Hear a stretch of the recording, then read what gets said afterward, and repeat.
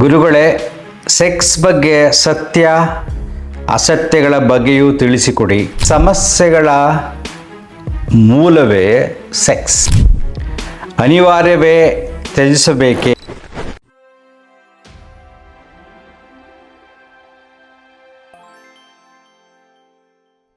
ನಮಸ್ಕಾರ ಸ್ನೇಹಿತರೆ. ನಮ್ಮ ಆ್ಯಪಲ್ ಲೈಫ್ ಯೂಟ್ಯೂಬ್ ಚಾನಲ್ ಒಬ್ಬರು ಪ್ರಶ್ನೆ ಕೇಳಿದ್ದಾರೆ.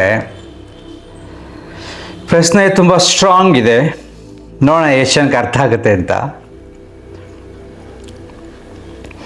ಗುರುಗಳೇ, ಸೆಕ್ಸ್ ಬಗ್ಗೆ ಸತ್ಯ ಅಸತ್ಯಗಳ ಬಗ್ಗೆಯೂ ತಿಳಿಸಿಕೊಡಿ.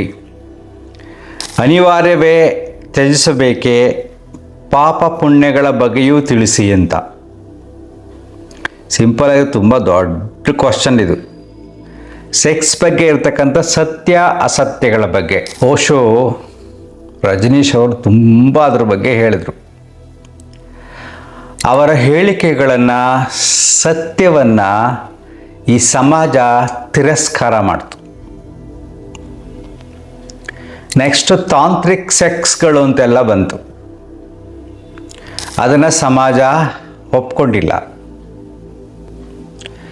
ಮತ್ತು ಎಲ್ಲ ಸಮಸ್ಯೆಗಳ ಮೂಲವೇ ಸೆಕ್ಸ್. ಯಾಕೆ ಈಗ ಅದ್ರ ಬಗ್ಗೆ ಮಾತಾಡೋಕ್ಕೆ ಯಾರೂ ಇಷ್ಟಪಡೋದಿಲ್ಲ, ಅದರ ಸತ್ಯ ಅರ್ಥ ಮಾಡ್ಕೊಳ್ಳೋಕ್ಕೂ ಇಷ್ಟಪಡೋದಿಲ್ಲ. ಪ್ರಕೃತಿ ಸಹಜವಾದ ನಿಯಮವನ್ನು ಅರ್ಥ ಮಾಡ್ಕೊಳ್ಳೋಕೆ ಯಾರೂ ಇಷ್ಟಪಡೋದಿಲ್ಲ.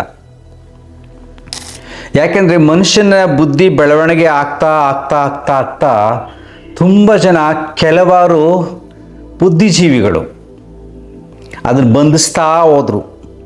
ಯಾವುದು ತುಂಬ ಆಕರ್ಷಣೆ ಮಾಡುತ್ತೋ ಅದನ್ನು ಕಂಟ್ರೋಲ್ ಮಾಡ್ತಾ ಹೋದರು. ನಿಮಗೆ ಸರಳವಾಗಿ ಹೇಳ್ತೀನಿ ನೋಡಿ, ಅರ್ಥ ಮಾಡ್ಕೊಳ್ಳಿ ನೀವು.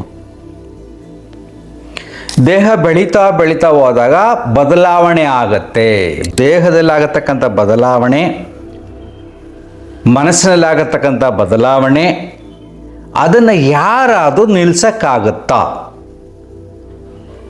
ಯಾವ ಧರ್ಮದ ಗುರುಗಳೇ ಆಗಲಿ, ಯಾವ ಧರ್ಮದ ದೇವರುಗಳೇ ಆಗಲಿ, ದೇಹದ ಬದಲಾವಣೆಯನ್ನು ನಿಲ್ಲಿಸಲು ಸಾಧ್ಯವೇ? ಯೋಚನೆ ಮಾಡಿ ನೋಡಿ. ಯಾವುದೇ ವಿಧಾನಗಳಿಂದ ಅದ್ಭುತವಾದ ಯೋಗ ಮಾಡು, ಅದ್ಭುತವಾದ ತಂತ್ರಗಾರಿಕೆಯನ್ನು ಮಾಡಿ, ಪ್ರತಿನಿತ್ಯ ಜಪ ತಪಗಳನ್ನು ಮಾಡಿ, ಎಲ್ಲವನ್ನೂ ಮಾಡುವುದರಿಂದ, ಪೂಜೆ ಪುನಸ್ಕಾರ ಹೋಮ ಹವನಗಳು ಏನನ್ನಾರ ಪಠನ ಮಾಡುವುದರಿಂದ ಪ್ರತಿನಿತ್ಯ ಆಗತಕ್ಕಂಥ ಬದಲಾವಣೆಗಳನ್ನು ದೇಹದಲ್ಲಿ ಮನಸ್ಸಿನಲ್ಲಿ ನಿಲ್ಲಿಸಲು ಸಾಧ್ಯವೇ? ಅದನ್ನು ನೀವು ಯೋಚನೆ ಮಾಡಿ ನೋಡಿ. ಅದಕ್ಕೆ ಡಿ ವಿ ಜಿಯವರು ಒಂದು ಸೊಗಸಾಗಿ ಹೇಳಿದ್ದಾರೆ, ಕಿವುಡುತನ ಓದೀತೆ ಕರ್ಣಕುಂಡಲದಿಂದ.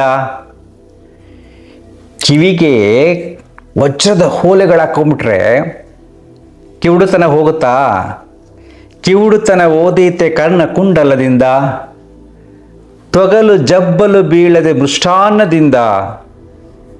ಎಂಥ ಊಟನಾದರೂ ಮಾಡಿ, ನ್ಯಾಚುರೋಪತಿ ಊಟ ಮಾಡಿ, ಮಾಮೂಲಿ ಊಟ ಮಾಡಿ, ಮೃಷ್ಟಾನ್ನ ಊಟ ಮಾಡಿ, ತೊಗಲು ಜಬ್ಬಲು ಬೀಳದೆ ಮೃಷ್ಟಾನ್ನದಿಂದ.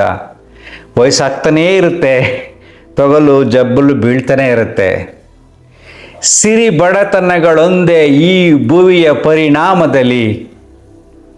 ಸಿರಿವಂತನಿಗೂ ಬಡವನಿಗೂ ಭೂಮಿ ಮೇಲೆ ಎಲ್ಲರಿಗೂ ಒಂದೇ. ಜವರಾಯ ಸಮವರ್ತಿ ಮಂಕುತಿಮ್ಮ, ಜವರಾಯ ಸಮವರ್ತಿ ಮಂಕುತಿಮ್ಮ. ಎಷ್ಟು ಸೊಗಸಾಗಿ ಹೇಳಿದ್ದಾರೆ ನೋಡಿ. ಸಾವು ಎಲ್ಲರಿಗೂ ಸಮ. ಜಗದ್ಗುರುಗಳು, ಪರಮಹಂಸರು, ಯಾರಾದರೂ ಆಗಲಿ, ಎಲ್ಲ ಧರ್ಮಗುರುಗಳು ಕೂಡ ಸಾಯಲೇಬೇಕು. ಯಾವ ಧರ್ಮವೂ ಯಾರ ಸಾವನ್ನು ನಿಲ್ಲಿಸಲು ಸಾಧ್ಯವೇ ಈ ದೇಹದಲ್ಲಿ? ಸೊ ಹಾಗೆಯೇ ಪ್ರಕೃತಿ ಸಹಜವಾಗಿರತಕ್ಕಂಥ ಆ ಸೆಕ್ಸ್ ಕಾಮವನ್ನು ಅದುಮಿಡುವುದು ಕೂಡ ಒಂದು ಪ್ರಕೃತಿಯ ವಿರುದ್ಧವಾದ ಕ್ರಿಯೆ.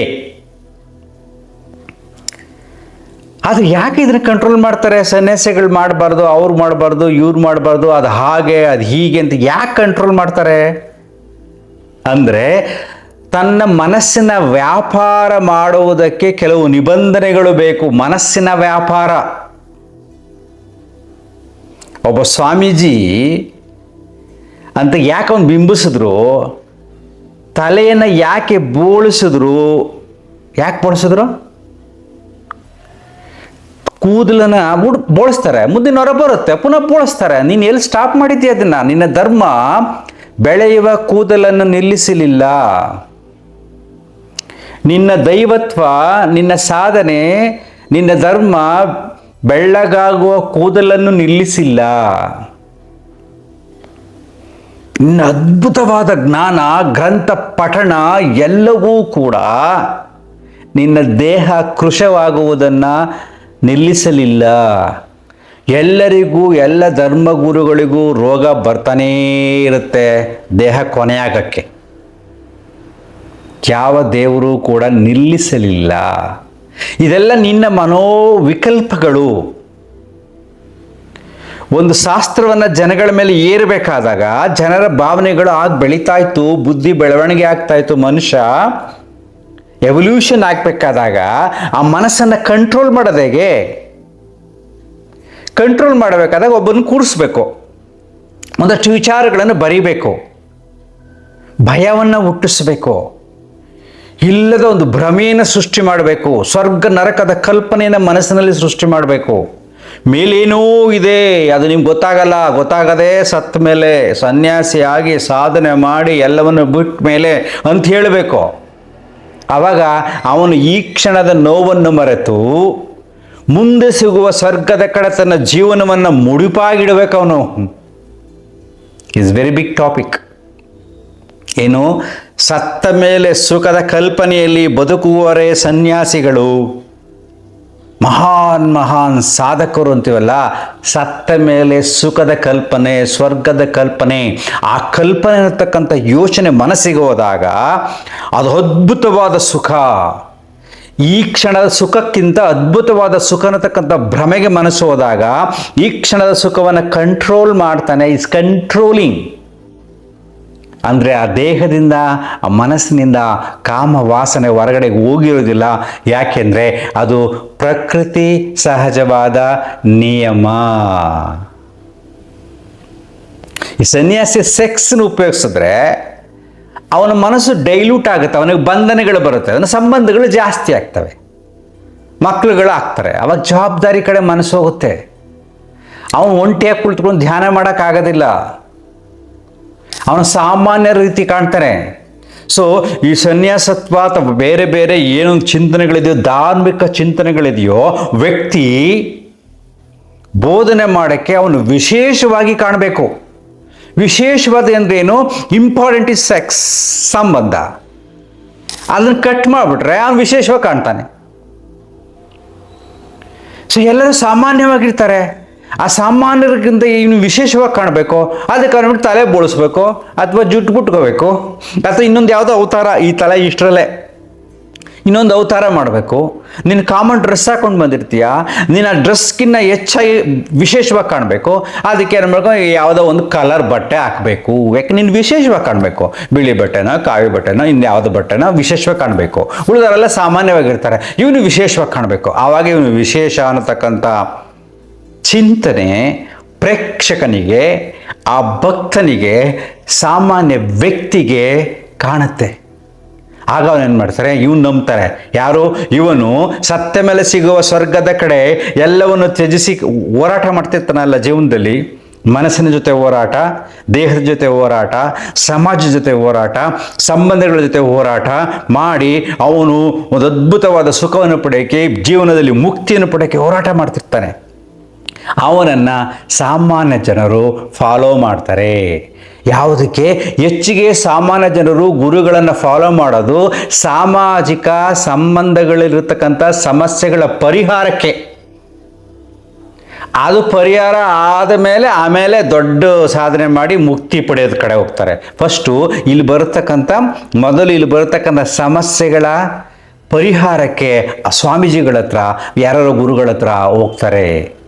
ಇಲ್ಲಿ ಬರುವ ಸಾಮಾನ್ಯ ಸಮಸ್ಯೆಗಳು, ಆಮೇಲೆ ದೊಡ್ಡ ಸಮಸ್ಯೆ ಬಿಡಿ ಅದ್ರ ಕಡೆ ಹೋಗ್ತಾರೆ. ಸೊ ಈ ದಿಶಿನಲ್ಲಿ ಸಾಮಾಜಿಕ ಸೈಕಾಲಜಿ, ಸೋಷಿಯಲ್ ಸೈಕಾಲಜಿನಲ್ಲಿ ವ್ಯವಸ್ಥೆಗಳನ್ನು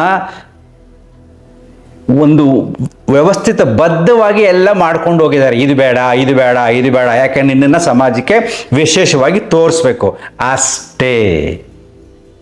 ನೀನು ಯಾವ ಆಧ್ಯಾತ್ಮಿಕ ಸಾಧನೆಗೆ ನೀನು ಸೆಕ್ಸನ್ನು ಕಂಟ್ರೋಲ್ ಮಾಡಬೇಕು ಅಂತ ಏನು ಇಲ್ಲ. ನಮ್ಮ ಹಿಂದೂ ಧರ್ಮದಲ್ಲಿ ಮೂಲ ತತ್ವವನ್ನು ಗಮನಿಸಿ ನೋಡಿ. ಅದ್ಭುತವಾದ ಭಗವದ್ಗೀತೆ, ಮಹಾಭಾರತ, ಅದರ ಮೇಲೆ ನಮ್ಮ ಬದುಕು ನಿಂತಿದೆ. ತುಂಬ ಜನರ ಬದುಕು ನಿಂತಿದೆ, ನಾವು ನಂಬ್ತಾ ಇದ್ದೀವಿ. ಸೊ ಅಲ್ಲಿ ಯಾರು ಮದುವೆ ಆಗದಿದ್ದಾರಪ್ಪ, ಸ್ವಲ್ಪ ಜನ ಇದ್ರಪ್ಪ. ಭೀಷ್ಮ ಆಗಿಲ್ಲ, ಅವ್ರಿವ್ರು ಆಗಿಲ್ಲ. ಕೃಷ್ಣ ಮೇಜರು. ಕೃಷ್ಣನ ಮದುವೆ ಆಗಲಿಲ್ವಾ, ಮಕ್ಕಳಿಲ್ವಾ ಅಲ್ವಾ? ದೇವರಲ್ಲ ಕೃಷ್ಣ. ಎಂಥ ಗ್ರಂಥ ಕೊಟ್ಟದ ಮಹಾನ್ ವ್ಯಕ್ತಿ, ಅವನಿಗೆ ಹೆಂಡ್ತಿ ಇದ್ದಾರೆ, ಮಕ್ಕಳಿದಾರಪ್ಪ. ಶಿವನಿಗೆ ಹೆಂಡ್ತಿ ಇಲ್ವಾ? ಶಿವನಂಥ ಪ್ರೇಮಮಯಿ ಇನ್ನೊಬ್ರು ಯಾರಾದರೂ ಇದ್ದಾರಾ? ಯೋಚನೆ ಮಾಡಿದ್ರೆ ಇದ್ರ ಬಗ್ಗೆ ಹೋಗ್ಲಿ. ಬ್ರಹ್ಮನ ಬಗ್ಗೆ ಯೋಚನೆ ಮಾಡಿ ನೋಡಿ. ನಮ್ಮ ಕಲ್ಪನೆ ಇರತಕ್ಕಂಥ ಬ್ರಹ್ಮನಿಗೂ ಸರಸ್ವತಿ ಹೆಂಡ್ತಿ ಇಲ್ವಾ? ನಮ್ಮ ಶಾಸ್ತ್ರ ಪುರಾಣಗಳಲ್ಲಿ ಋಷಿಮುನಿಗಳಿಗೆ ಹೆಂಡ್ತಿದ್ದಿರಿದ್ರು ಆಶ್ರಮದಲ್ಲಿ, ಮಹಾನ್ ಋಷಿಮುನಿಗಳಿಗೆ ಅಲ್ವಾ? ಸೊ ಸೃಷ್ಟಿ ಲೀಲೆಯಲ್ಲಿ ಪಾಸಿಟಿವ್ ನೆಗೆಟಿವ್, ಹೆಣ್ಣು ಗಂಡು, ಹಗಲು ರಾತ್ರಿ, ಹೀಗೆ ಎಲ್ಲವೂ ಕೂಡ ಸಮಾನಾಂತರವಾಗಿದೆ.